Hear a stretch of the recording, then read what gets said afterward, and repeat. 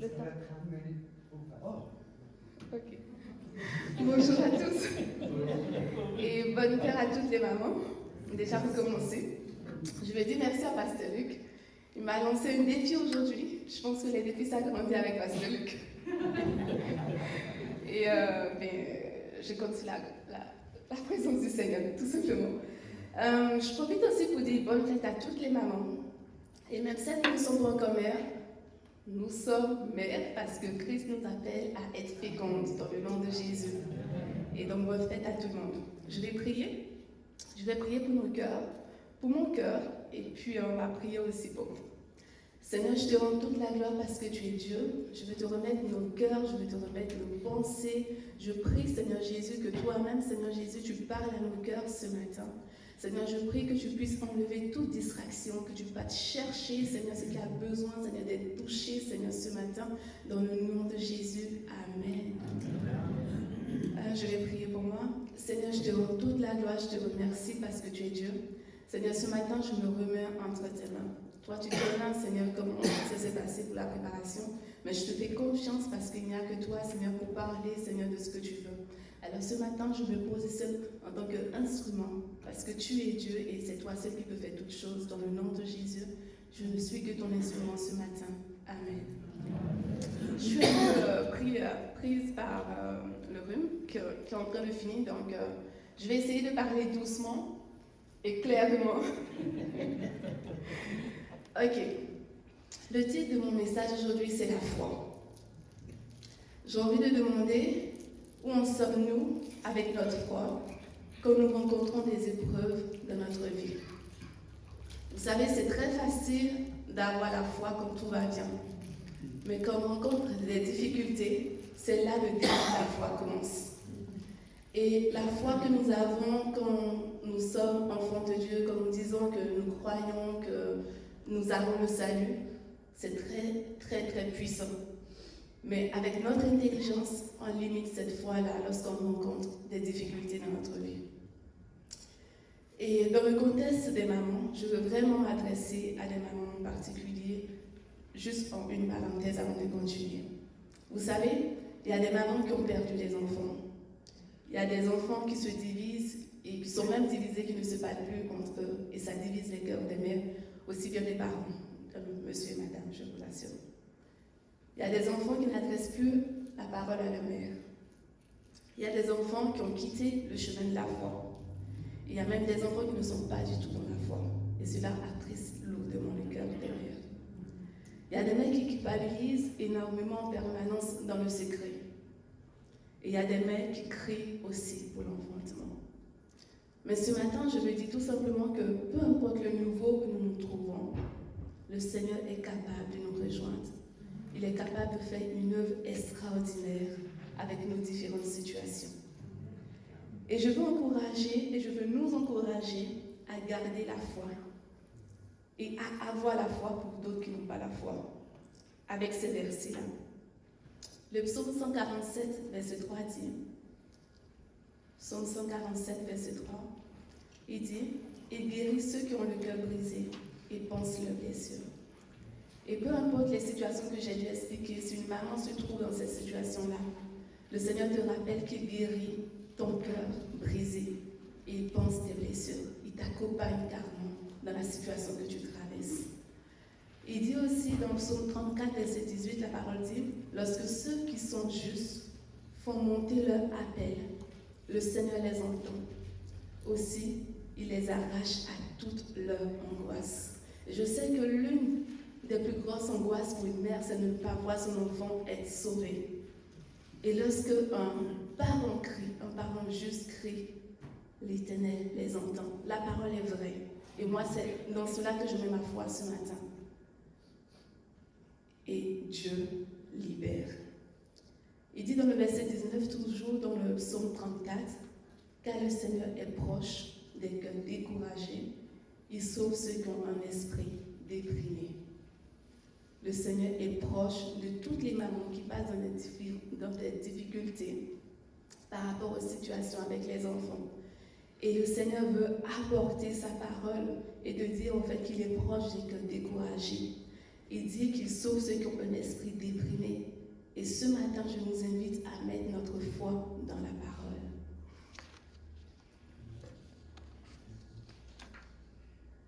Vous savez, lorsqu'on a l'assurance du salut, lorsqu'on se dit que Christ est mort à la croix pour nos péchés, lorsqu'on se dit « j'ai été sauvé, je me suis repenti, j'ai donné ma vie au Seigneur, je fais de lui le Seigneur sauveur de ma vie », j'ai envie de dire que notre foi doit se répandre à tous les niveaux de notre vie.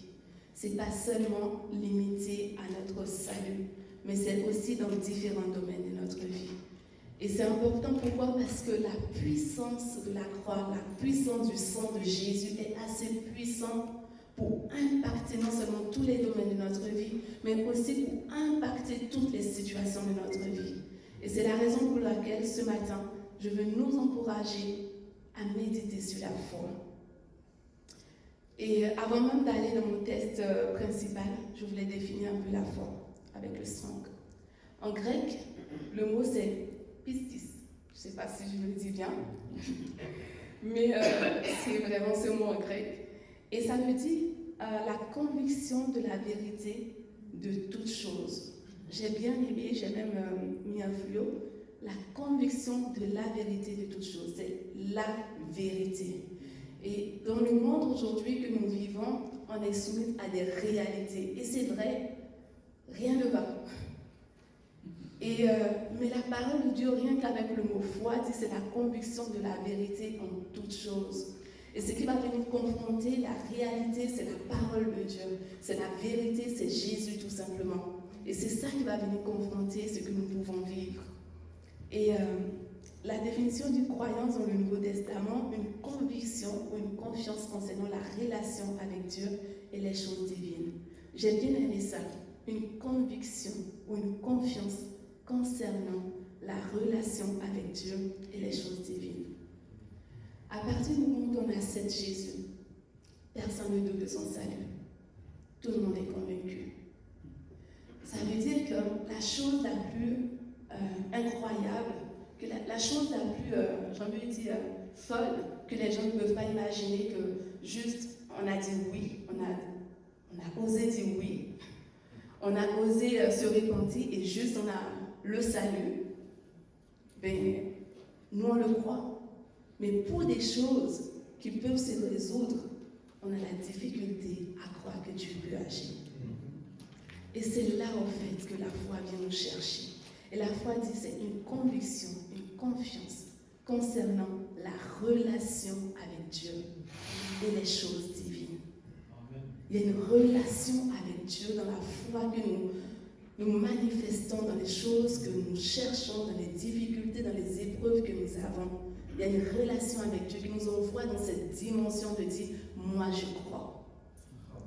Et c'est vraiment ça que le Seigneur Dieu veut atteindre comme objectif avec nous. Si on croit au salut, c'est qu'on peut avoir la foi qu'il peut faire.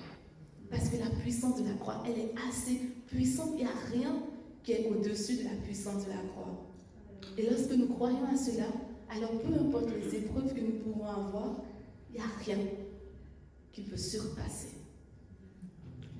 Et concernant Dieu, le même Strong dit, c'est la conviction que Dieu existe, qu'il est le créateur et maître de toutes choses, celui qui pourvoit et qui accorde le salut éternel à travers Christ. J'ai bien aimé ce petit côté, celui qui pourvoit. Ça veut dire que rien qu'avec le mot, on a déjà la connaissance de qui est notre Dieu. On dit concernant Christ, la définition dit c'est la conviction forte et bienvenue que Jésus est le Messie, à travers lui, que nous obtenons le salut éternel dans le royaume de Dieu. Voici un peu le cadre que je voulais mettre avant de parler de mon test principal.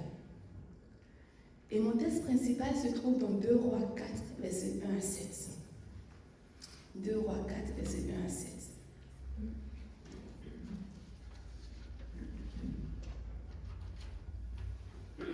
Je vais lire le test. Une femme d'entre les femmes des fils de prophètes cria à Élisée en disant ton serviteur, mon mari, est mort. Et tu sais que ton serviteur craignait l'Éternel.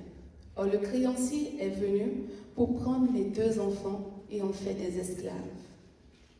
Élisée lui dit, que puis-je faire pour toi? Dis-moi, qu'as-tu à la maison? Elle répondit, ta servante n'a rien. Et ta servante n'a rien du tout à la maison elle répondit, ta servante n'a rien du tout à la maison qu'un vase d'huile. Et il dit, va demander au dehors des vases chez tous tes voisins, des vases vides. Et n'en demande pas un petit nombre. Quand tu seras rentré, tu fermeras la porte sur toi et sur tes enfants. Tu verseras dans tous ces vases et tu mettras de côté ceux qui seront pleins.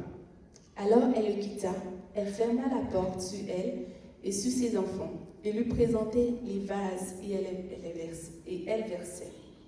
Lorsque les vases furent pleins, elle dit à son fils, présente-moi encore un vase.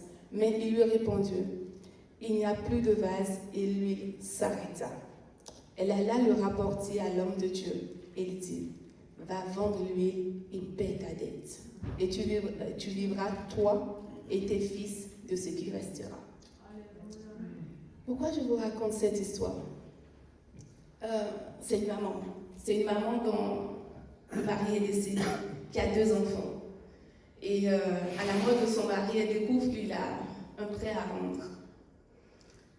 Et lorsque le créancier vient, il lui dit clairement que il va prendre ses enfants si elle ne rembourse pas la dette. La vie humaine est beaucoup plus précieuse. Il n'y a rien qui peut même payer la vie humaine, mais Jésus l'a fait. Et là, ce qui se passe, c'est quoi? C'est qu'on voit bien qu'il y a quelque chose qui doit attirer notre attention. Une femme dans des femmes, des fils, des prophètes.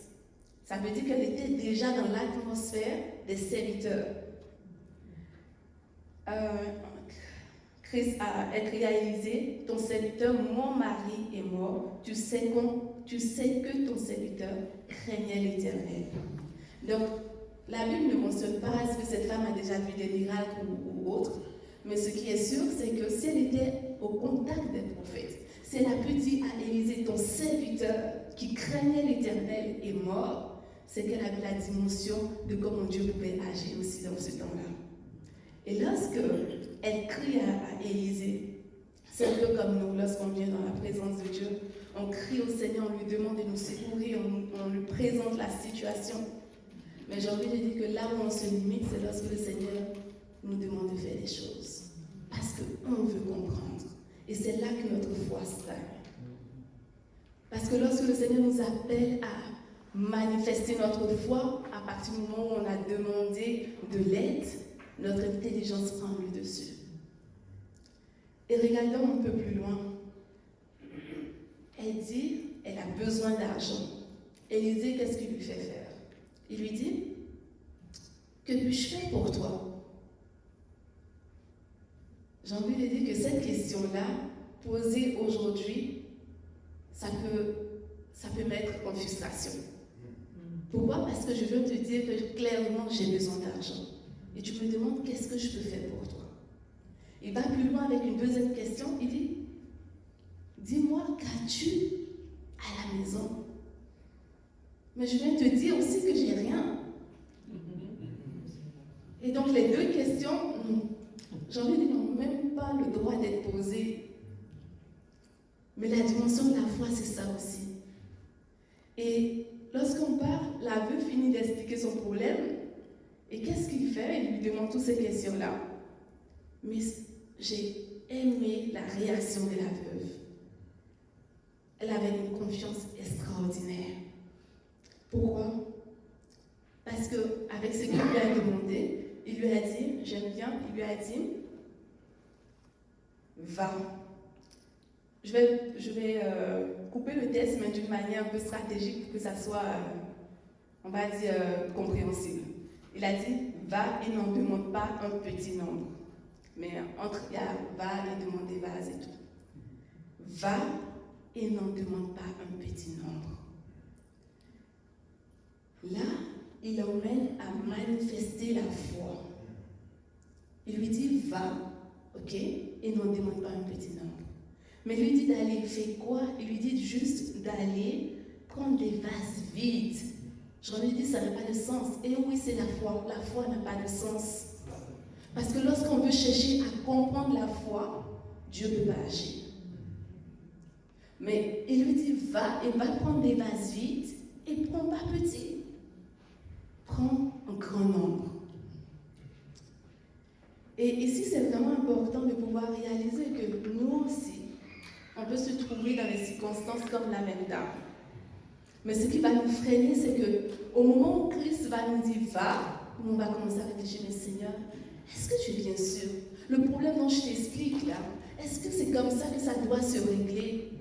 Mais à partir du moment qu'on dit qu'on a besoin d'aide, c'est qu'on n'a plus le contrôle. Si on n'a plus le contrôle, pourquoi commentons-nous? Et c'est vraiment à chaque fois ces questions-là qui viennent briser la foi dans ce que Dieu nous demande de faire. Et ici, c'est à partir de ce qu'elle a, de l'huile qui lui donne des prescriptions. Et c'est dans cet instant que nous pouvons percevoir sa foi. Tout ce qu'elle pense sur ce moment-là, c'est de résoudre son problème de crédit. Le comment, elle n'y pense pas.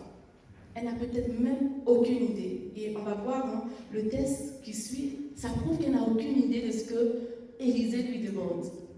Elle n'a aucune idée. Elle est dans l'obéissance tout simplement. Et elle s'accroche à l'espoir et fait confiance dans la parole du serviteur de Dieu. Et se met en action. Elle met son cœur à le faire car elle obéit sans questionnement et termine ce qu'elle doit faire dans le secret. Il y a quelque chose qui se passe aussi. Regardez dans le verset 5, je pense que je vais prendre le verset 4 d'abord. Il lui dit, puis tu rentreras chez toi, tu fermeras la porte sur toi, et sur tes fils tu verseras de l'huile dans tous ces récipients, et tu les mettras de côté à mesure qu'ils seront pleins. Il y a quelque chose qui se passe entre elle et son Dieu. Élisée lui a parlé. Elle avait le choix d'obéir ou de ne pas obéir. Ok. Première étape, elle obéit. Mais la deuxième étape, ça se passe entre elle et son Dieu. Pourquoi je dis ça? Parce que lorsqu'elle rentre, Élisée n'est plus là pour lui dire, ok, non, mets un peu ici, mets beaucoup ici. Non, il n'est plus là. Elle est vraiment dans, on va dire, l'optique de manifester sa foi totalement. On peut beau nous dire de belles paroles. Même ce que je suis en train de dire aujourd'hui par rapport à la foi, on peut bien l'apprendre et puis rentrer chez soi. Mais cela n'aura pas de puissance. Cela n'aura pas d'effet. Si on ne met pas cela en pratique. Et la foi, par rapport à ce qu'elle vivait là, c'était personnel. C'est ça qui a déclenché le miracle. A changé la situation. Parfois, on cherche des miracles.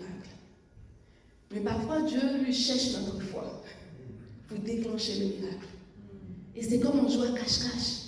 Il dit non, aie la foi, moi je peux faire le miracle. Nous on dit Seigneur, nous on veut un miracle. Lui dit aie la foi, je peux faire un miracle. Et c'est comme ça à chaque fois. Et elle, tout ce qu'elle a eu, elle voulait un miracle pour son crédit. Mais en première chose, elle a eu la foi. Et c'est cette foi-là qui a déclenché le miracle.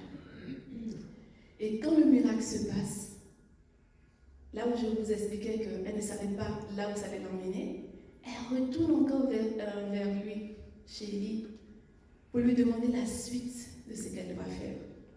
Puisque le verset lui dit, la femme le quitta et la femme le quitta et fit ce qu'il lui avait dit. Elle ferma la porte sur elle et sur ses fils. Ceux-ci lui présentaient des récipients et elle les remplissait. Lorsqu'ils furent tout pleins, elle dit à l'un de ses fils, « Passe-moi encore un récipient. » Mais il lui répondit, « Il n'y en a plus. » Au même moment, l'huile s'arrêta de couler. Je ne sais pas si vous voyez un peu ici. J'essaie d'imager. Elle avec ses fils, elle a tout ramassé les vases vides. Et elle avait un seul pot d'huile. Moi, j'essaie d'imager pour pouvoir booster ma foi. C'est comme j'ai une bouteille d'eau. Et vous m'apportez, je ne sais pas, on peut être 50 ici ou 60, je ne sais pas. Vous m'apportez toutes vos bouteilles. Et puis moi, avec la petite bouteille d'eau de 50 cc, là, 50 ml, j'essaie de remplir toutes les bouteilles. Mais je ne remplis pas petit, j'ai rempli toutes les bouteilles avec ma seule bouteille. Mais déjà, il y a quelque chose qui va se passer dans l'imagination de ces dames. Il y a quelque chose qui doit... Je ne sais pas vous là, si je remplis, il y a quelque chose qui doit... C'est-à-dire, même si je n'ai pas l'argent pour payer le crédit, mais il y a quelque chose qui vient de changer ma vie tout de suite. Parce qu'avec la seule bouteille remplie, toutes les bouteilles ici, même si je n'ai pas encore l'argent, j'ai déjà mon miracle. Et parfois, lorsque le Seigneur agit avec notre foi, lorsque nous sommes en train on va dire, de marcher dans la foi et que le Seigneur est en train de déclencher le miracle, on ne voit pas ce qui se passe. On regarde juste la finalité et on ne sait pas glorifier Dieu. Parce que lorsqu'on demande quelque chose à Dieu, Dieu va agir. Il est en train d'agir. Le miracle est en train de se passer. Mais comme nos yeux sont focus sur la conclusion, il est impossible pour nous de voir le miracle en train de se passer. La dame, elle a demandé de l'argent. Et pendant même qu'elle était en train de remplir les vases, c'était déjà le miracle. Et là où c'est encore plus intéressant, elle dit, passe-moi encore un récipient. Il lui dit, son fils, il n'y en a plus. On dit, au même moment, l'huile s'arrêta. C'était un robinet ou quoi? Je me suis posé la question, est-ce que c'était un robinet? Non, je ne pense pas. Mais c'était la gloire de Dieu en action. Et ça va aller jusqu'à comment nous voyons les choses avec Dieu. Je suis sûre que peut-être elle s'est dit, oh, j'aurais dû prendre plus. Mais elle a pris ce qu'elle pouvait, gloire à Dieu. Mais c'est important de pouvoir voir en fait la dimension lorsqu'on demande quelque chose au Seigneur. Ne pensons pas ou n'imaginons pas comment Dieu doit faire. Dieu fait à sa manière. Et pendant qu'il fait à sa manière, soyons attentifs à comment il fait. Parce que dans le comment il fait, si on ouvre notre intelligence, si on ouvre nos yeux, on peut commencer déjà à dire merci, sans avoir vu les choses à la fin.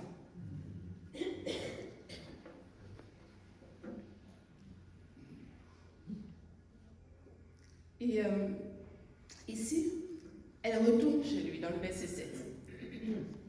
Elle alla le raconter à l'homme de Dieu qui lui dit, va vendre cette huile.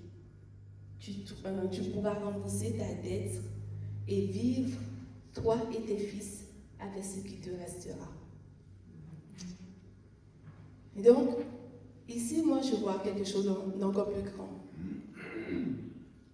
Déjà, le premier point, quand le miracle se passe, elle retourne vers lui pour lui donner la suite. Et là, elle voit clairement comment Dieu répond à son problème d'argent. C'est là qu'elle voit comment Dieu va. Sinon, imaginez, si elle savait qu'elle devait vendre, je ne pense pas qu'elle allait retourner vers lui.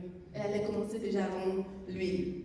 Mais elle est retournée vers lui parce qu'elle ne savait pas quelle était la prochaine étape.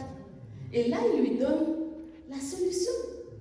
Va vendre l'huile, tu payes ta dette et tu vas vivre.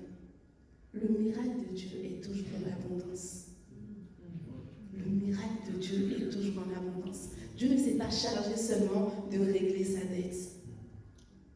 Il a réglé sa survie, elle et ses enfants.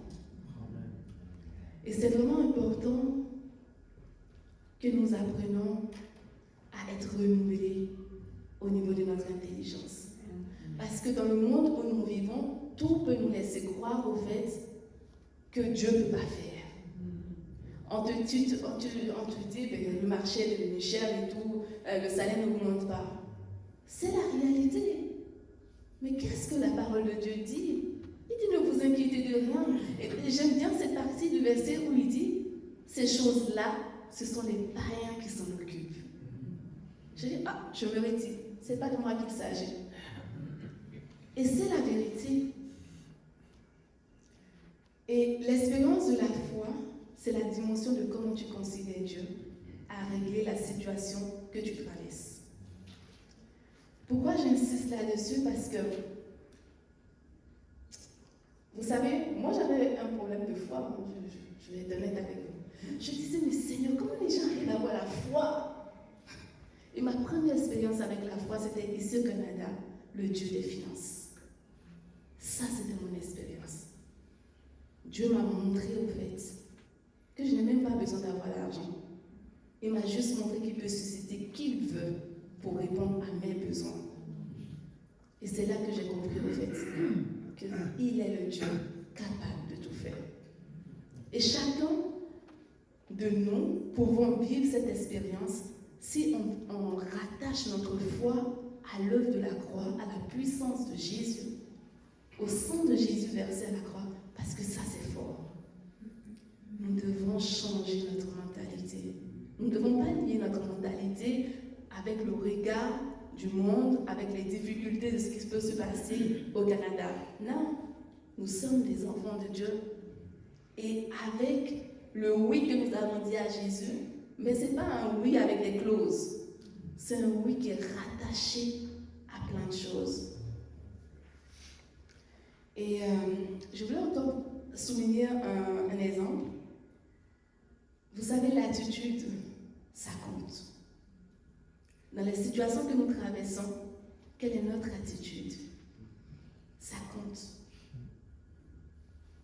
Parce que c'est notre attitude qui va démontrer si réellement nous avons la foi. Tu ne peux pas dire que tu pries le Seigneur, tu dis, bon, ok, Seigneur, moi j'ai besoin d'argent et tout. Et puis tu finis de prier. Tu dis, mais j'ai 3 oncles qui sont quand même milliardaires, il faut que je les appelle. Je commence à appeler. Non. Laisse le Saint-Esprit te guider. Dieu n'a pas besoin d'aide, je vous assure. Quand tu veux aider Dieu, il te montre qu'il est Dieu. Et il bloque tout. Jusqu'à ce que tu puisses comprendre qu'il n'a pas besoin d'aide.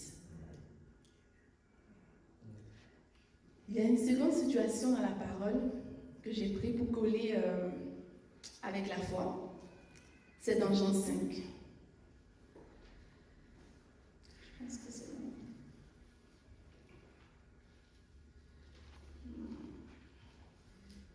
J'ai pas le verset. Je pense que c'est Jean 5, verset 6. C'est là, je ne sais pas si tu as le trouvé. Je ne sais pas si quelqu'un peut trouver la réponse. Là se trouvait un homme infirme depuis 38 ans.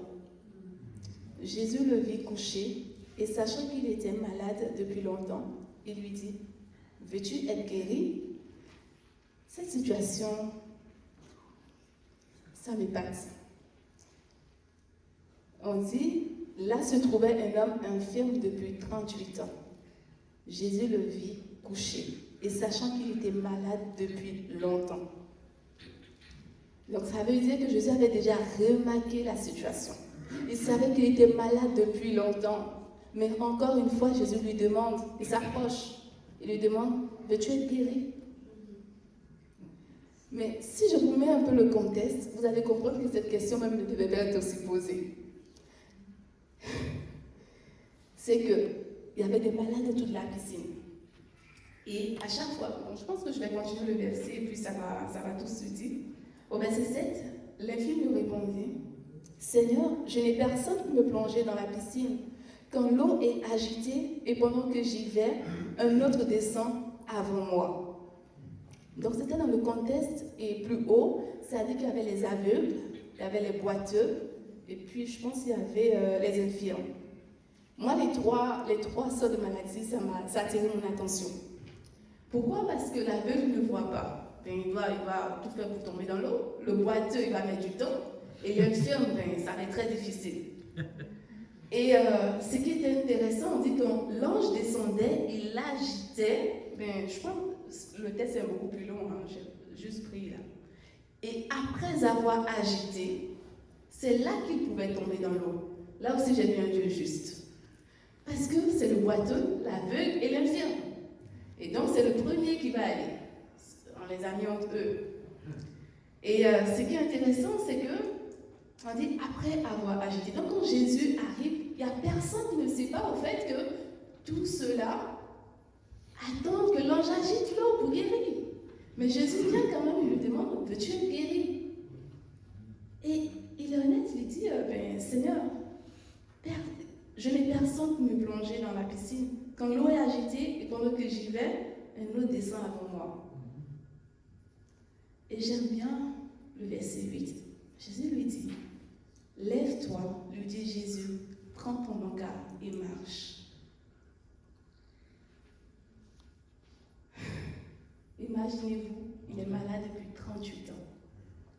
Il essaie de tomber dans la piscine, rien. Il y a un homme qui vient, qui lui dit, tu veux être guéri. Il ne répond même pas oui. Il commence à expliquer un peu ses problèmes. Et là, il lui dit, lève-toi, prends ton brancard et marche. Dans d'autres versions, c'est prends ton lit et marche. Le verset 9 dit, aussitôt cet homme fut guéri. Et vous savez ce qui est encore plus puissant, c'est lorsque on dit, il prit son brancard et se mit à marcher. Ça, c'est la foi. Pourquoi? Parce que pour pouvoir prendre son lit et pour pouvoir marcher, il faut pouvoir se dire, il m'a dit de me lever, je me lève. Est-ce que je vais boiter? Est-ce que je vais tomber? On dit qu'il était infirme. Donc il n'a pas commencé à se poser des questions. Sur la parole de Jésus, il fut guéri. Pourquoi? Parce qu'en lui, il y avait cette foi que s'il se trouvait à cet endroit, il allait guérir. Comment?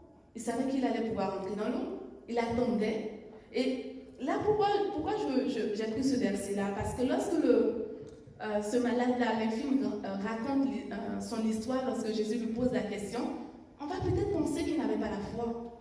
Mais il avait la foi. Parce que lorsque Jésus lui dit, lève-toi, prends ton brancard et marche, il commence pas à discuter, mais Jésus, je t'avais dit, il n'y avait personne pour me mettre dans l'eau. Non. Il prend son brancard, il se lève, il marche. Et parfois, dans certaines situations, Dieu nous demande ça. Mais nous sommes freinés, encore une fois, par notre intelligence, par notre raisonnement, par les circonstances. Dieu n'a pas besoin de notre circonstance. Il a besoin de notre cœur rattaché à la foi de la croix. Parce que ça, c'est assez puissant pour pouvoir débloquer toutes les situations que nous pouvons vivre. Amen. Et c'est vraiment important. Et je voulais conclure en vous laissant quand même dans votre cœur et dans mon cœur aussi. Qu'est-ce que je pense que Jésus peut faire pour moi ce matin? Qu'est-ce que je pense que Jésus peut atteindre comme situation pour moi ce matin? Qu'est-ce qui me reste comme foi par rapport à cette situation? Est-ce que je pense que le Seigneur peut agir dans ce que je peux traverser ou dans ce que je traverse? Est-ce que comme ce malade, lorsque Jésus va me dire « Prends ton brancard et marche », est-ce que je serai capable? Est-ce que comme cette femme, je vais pouvoir me mettre en action sans avoir vu même comment le problème sera réglé? Mais est-ce que j'aurai suffisamment confiance pour me mettre en action lorsque Dieu me dit « Fais ça ». Vous savez, le miracle n'a pas d'explication, car la foi est le déclencheur. Et la foi est le déclencheur du miracle. Mais par-dessus tout, c'est l'obéissance qui va nous permettre de vivre la foi. Il n'y a pas de foi sans obéissance. Parce que dans les situations que j'ai expliquées, ils ont obéi à ce qu'on les a demandé de faire. Et la parole de Dieu aussi vraie. Lorsque nous rencontrons la parole de Dieu, lorsque nous prions avec la parole de Dieu, Dieu nous envoie à une forme d'obéissance. Quand il dit ne vous inquiétez de rien, il va falloir avoir de l'obéissance pour dire je refuse, Seigneur, de m'en occuper. Tu as dit que tu t'en occupes, alors je te laisse gérer. Mais ça va nous demander de l'obéissance. problème à faire des miracles dans nos vies.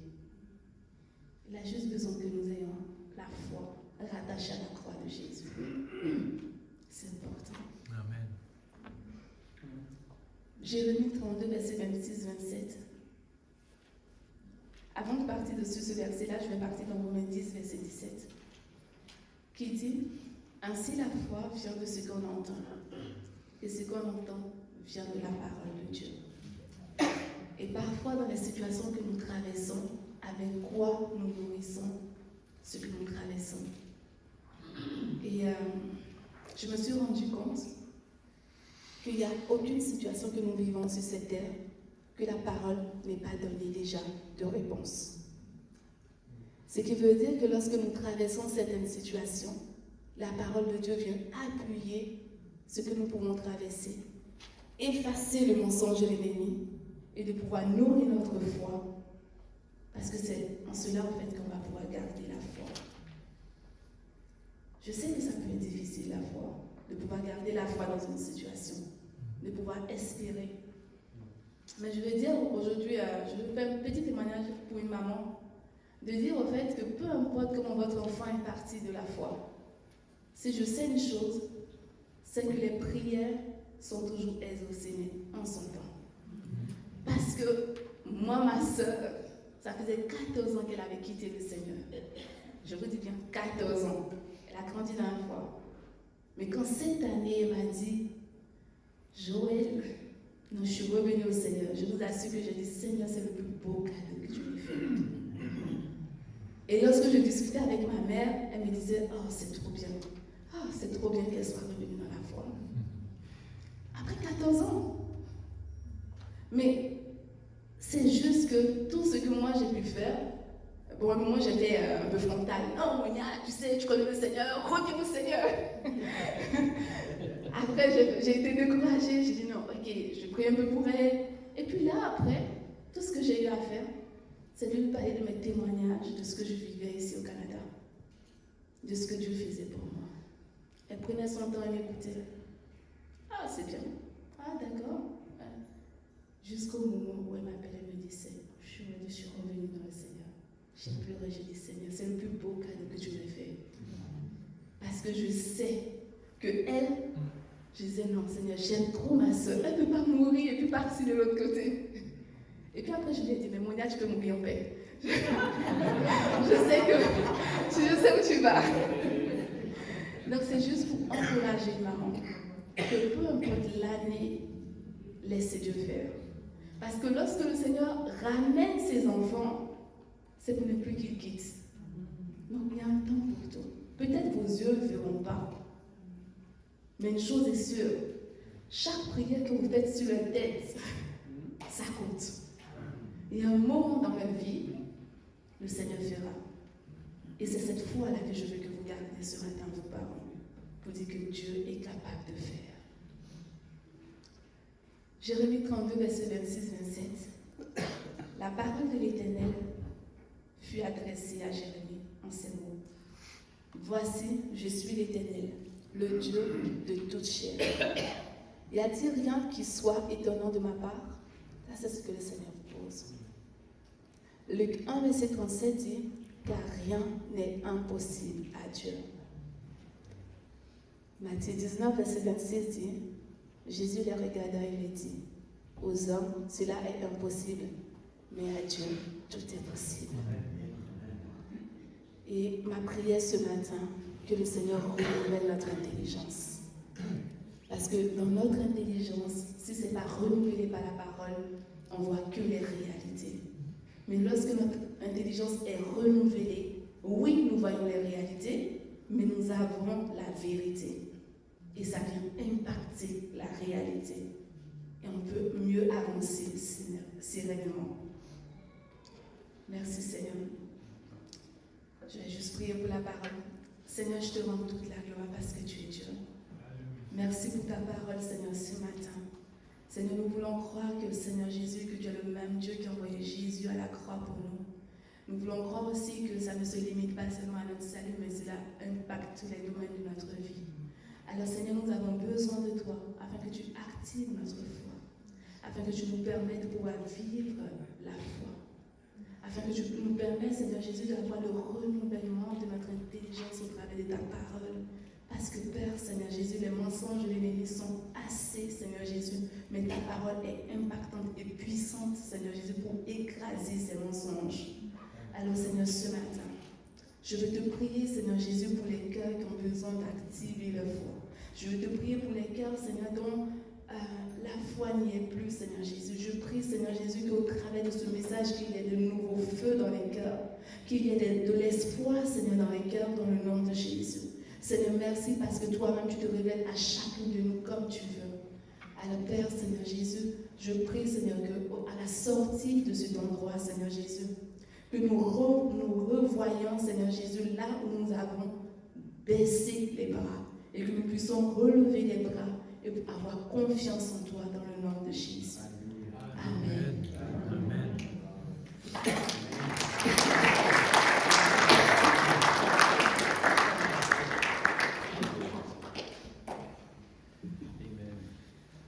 Merci Joël pour ce message qui nous inspire à avoir la foi. Amen. Vraiment, le Seigneur, il est toujours fidèle. La Bible nous dit qu'il est toujours fidèle. À chaque fois qu'on met notre confiance en lui, il est toujours là. Amen. Il nous fortifie, il nous rencontre. Et on a beaucoup de témoignages. Est-ce que vous avez des témoignages de la bonté, de la fidélité de Dieu? Comment est-ce que on en a plein, hein? On est tous. Et est-ce que vous croyez que Dieu va être encore fidèle? Ou qu'est-ce que vous avez besoin? J'aimerais qu'on recevait Dieu encore.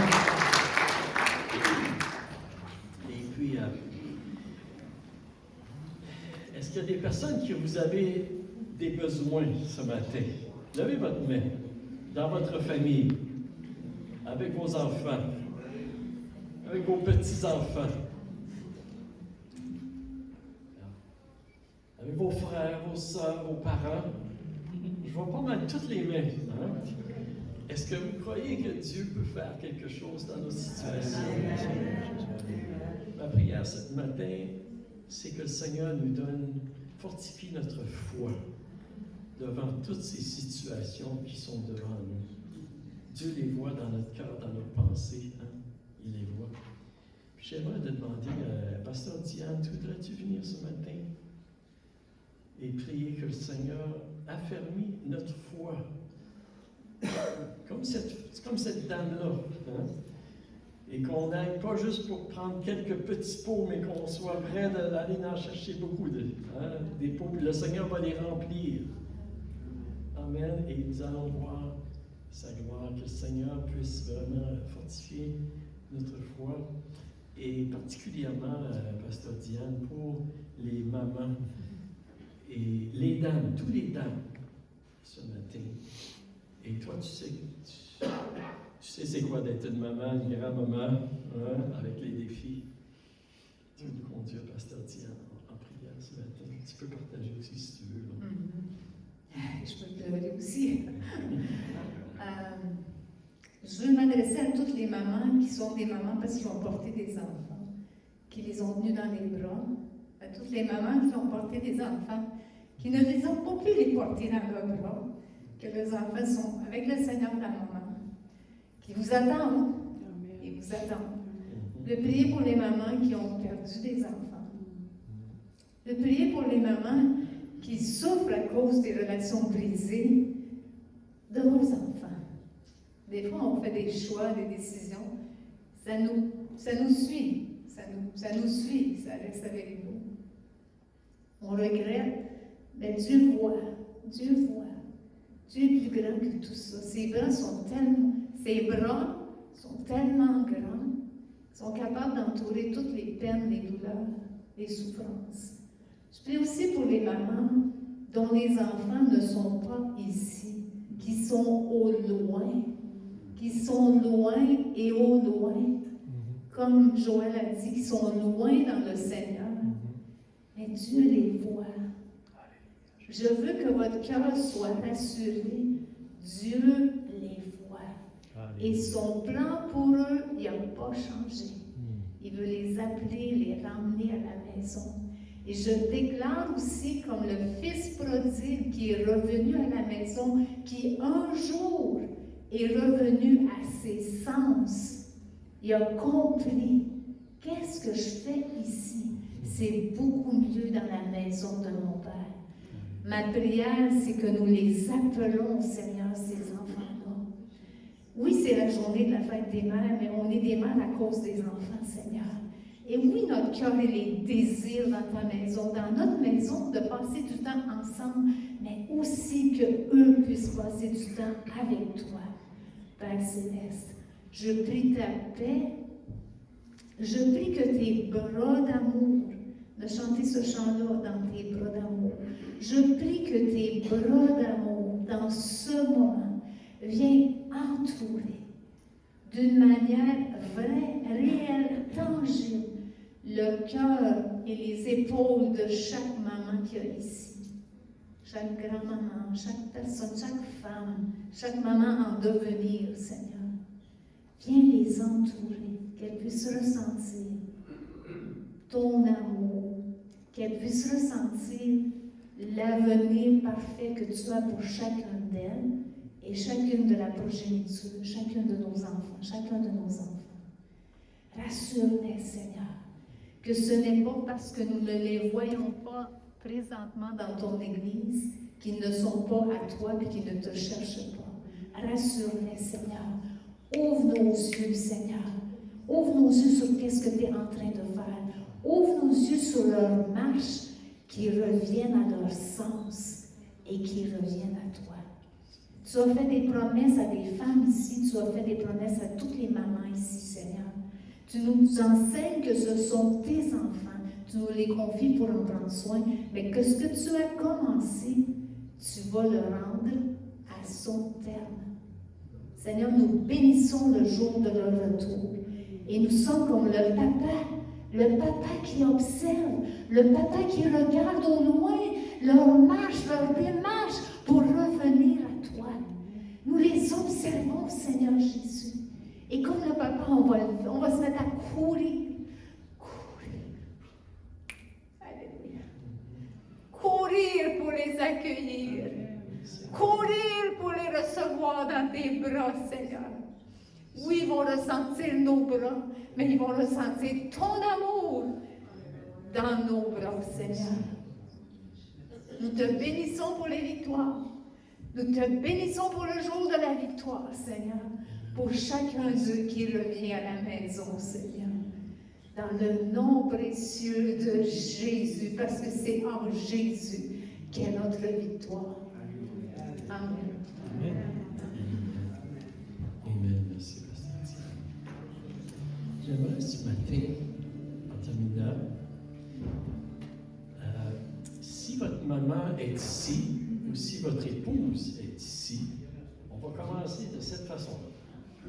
Si votre qui est ici, je vous invite de venir chercher une fleur ici et l'offrir à votre maman ou à votre épouse.